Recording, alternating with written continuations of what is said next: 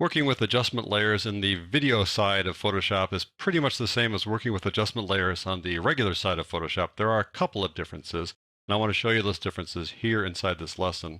And as long as we're working with adjustment layers, I thought I'd show you a couple of tonality and color correction tips.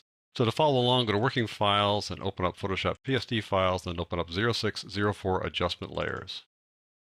We have kind of a lengthy project here, longer than normal. I've got 5 clips here that I want to apply adjustment layers to just to show you some tips about color correction.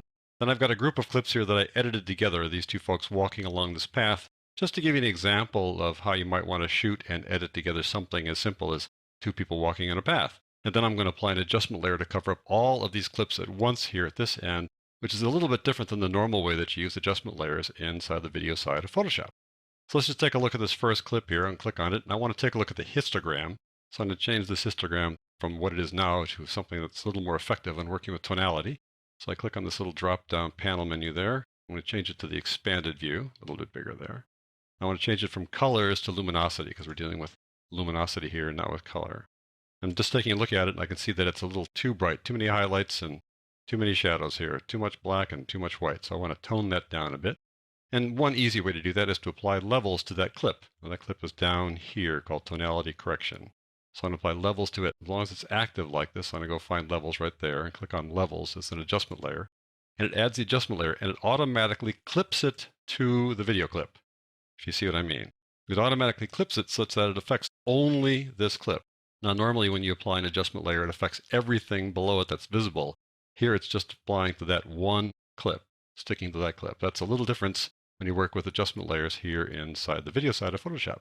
And now I'll fix this a little bit. It's kind of too bright, too dark, so we'll just bring the output down a bit so it's not quite so dark and not quite so bright on the output side of things. That's basically the process when you work with something that's too bright and too dark.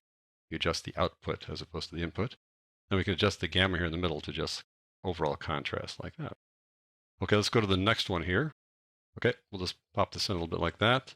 Next one here is called tonality overexposed. I just named it that way because it's pretty obvious that it's overexposed. Look at the histogram here. You can see there's no black at all and maybe just a little bit too much in the highlights. This time we'll apply the curves adjustment layer, which a lot of folks rely on when they're dealing with tonality. Here's curves right there. Clicking on that. Again, it clips it to that clip. And you can see we need to adjust this over here so that this little point resides at the bottom of this mountain there. Make sure that the darkest area in the clip is in fact really black. So I slide over like that and that fixes that black issue there. And the output might need to be adjusted here just a little bit in terms of being just probably a little bit too contrasty, but that's probably just fine like that. We'll just let that one go like that. Okay, let's move on down the line to the next one here. I can see this is pretty seriously underexposed. There are no highlights at all basically and a whole lot of shadows. Some people like to use the exposure adjustment layer. That's it right there. I'm not a big fan of it, but we'll just try that anyways. Since the exposure is a little bit too dark, let's brighten it up a bit like that. Notice how contrasty it is when you use this. I want to adjust the gamma correction a bit. But at any rate, that's a way to deal with it. So 3 different adjustment layers there to deal with tonality. All right, let's move on down to this other one here. This one has a color cast to it. So when I work with color cast, I like to put in a couple of eyedroppers to mark off the areas to determine what the real color is. So I'm going to go to the eyedropper tool, open it up and get the color sampler tool. I want to mark a couple of places here. I want to mark something that is probably a neutral color. Kind of a guess here. I can't be totally sure, but I'm guessing the beam up here is a neutral color. So hold on the Shift key and click there to add the sampler to that spot. I want to slide over a bit there so it's not so close to that text there, like that. And I also might want to check the skin tone here, so I hover over her face here, over her cheek. Hold on the Shift key and then add another sampler there. Now that I've done that, I can view these values here in the info panel. I'm going to pull that one out and drag it over here so I kind of get off to one side there. There we go. So right now I'm looking at number 1 there. If I want to adjust that, I want to make it gray. I want to make it neutral. So I need to bring down the blue and the green and probably lift up the red a bit. When you work with skin tone, typically you use the CMYK color scheme. So I can go over here and click on CMYK color there instead.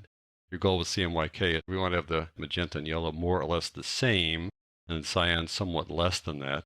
Maybe yellow a bit more than magenta, and then cyan kind of significantly below these two guys. That's kind of your goal. So there are a couple ways to go about doing this. Some people like to use curves and work on each red, green, and blue curve value to do that. I'm not a big fan of that because that introduces luminosity into the image. I'd rather just use the color balance. So I'll go click on color balance here. Now I want to adjust the red, green, and blue, cyan, magenta, and yellow. to get these guys fixed. I'll start off by dealing with trying to neutralize that gray area. I'm assuming it's gray. It may not be gray, but I'm guessing it's gray based upon just kind of the color of the whole room and everything. So to bring the blue down, so just drag this to the left to bring the blue down, to bring its number down. You can watch the numbers change there on the left in the info panel. I want to bring the green down as well. There we go. Maybe bring the red up a little bit like that. Kind of neutralize things. And right off the bat, we got the numbers pretty much the same there. So if that is in fact gray, then what does that do to the rest of the clip here? And in fact, I think it makes it look pretty good. If I look at the skin tone, CMYK here, and really the yellow should be more than the magenta, and the cyan should be less than these two guys. And maybe because of just where I picked the skin tone there, maybe not exactly right, but let's just adjust that a little bit and see what happens. Let's drop the cyan just a touch there, and then bring up the yellow just a bit, like that. I'm kind of inclined to say that perhaps we did better by picking a gray area than trying to pick skin tone. So I think we're better off with the original gray values that we picked there. Again, it's kind of this little thing where you play both things off against each other. All right, let's move to this next clip here. Take a look at it. This one has not only a color cast, but also some tonality problems. The previous one, the tonality was fine. This one, the tonality needs fixing. So usually you do tonality first, meaning contrast and brightness, and then you worry about color cast second. I'll take this one here, we'll add levels here just because it's a little bit easier to work with. And we can see that obviously we have some problems here with the fact that there's hardly any highlights here. So we'll just kind of bring this over a little bit to the bottom of the mountain, as they say, and adjust the brightness like so. Might be a bit much. Maybe we can adjust the output of the blacks a little bit, make it a little less extreme like that. Something along those lines. But now we'll deal with the color. So I'm going to add another adjustment layer here. Just click on the color balance again, like so. Now we've got these markers in here again. Let's just drag this out of the way just a little bit here. Have marker number 2 here. I'm going to take marker number 2 and put it on her skin like that. There you go. And then marker number 1, which was up here, I'm going to put that, let's say, on the path for the time being. The path probably is a gray gravel path, and so we'll use that as our neutral thing. Let's adjust that. We'll take a look at the neutral one first and see what we need to do there. Obviously the green is way too green, so we'll take the green way, way down here. And let's bring up the blue a bit, like so. And bring up the red, like so. We may not be able to get this thing properly fixed. It's so far out of whack. So we made us want to kind of look at the skin tones here. We want to have the yellow be a little bit more than the magenta. So we got the magenta already down. Need to bring this just a little bit more toward yellow there, like that probably. And that's more like it. And then the cyan is probably fine the way it is. Might want to adjust the cyan just a little bit like that. But you can see when it's so far out of whack, it's kind of hard to fix that. But that'll be our best shot for the time being here. Now I'll get rid of those little markers by right-clicking and saying delete, and right-click on you, and say delete for you. All right, close this one down now, and we'll just bring this in a bit. Now I want to show you what you can do with a bunch of clips over here on the right-hand side. I've got this little story here, essentially. Goes along here. We got a couple walking down the path, and I've got these various shots, wide and tight, some zooms, some trucking shots going along here as we walk along with them for a while. You can see how this is all pieced together. So if you want to get some ideas about how to shoot video and edit video, this is a pretty good example of some standard approaches there. What I want to do is I want to put an adjustment layer above all of these clips. There's an easy way to do that, and that's to put it on the track up above here. I'm going to go over here, close this down, and make sure it's not active. And then click on the adjustment layer here, and let's just add something like curves here. And that goes up above everything. If you look at it, you see it's on a separate track up above everything. And I want it to appear only above those clips at the end. So I can adjust it like this by dragging it along to just those clips. Let me pull this up just a bit so you can see what's going on there. There's the beginning of that little section. So I'll drag it right to there. There we go. So now even though it resides above every single clip in this project, it's really only affecting these at the end. What I'd like to do here is just give this a little bit of a vignette. So I'm going to go over here and make sure that the layer mask is active and go get a selection tool here, like the elliptical selection tool, and draw a little selection like that here. Like so. I'll knock this in here for a second.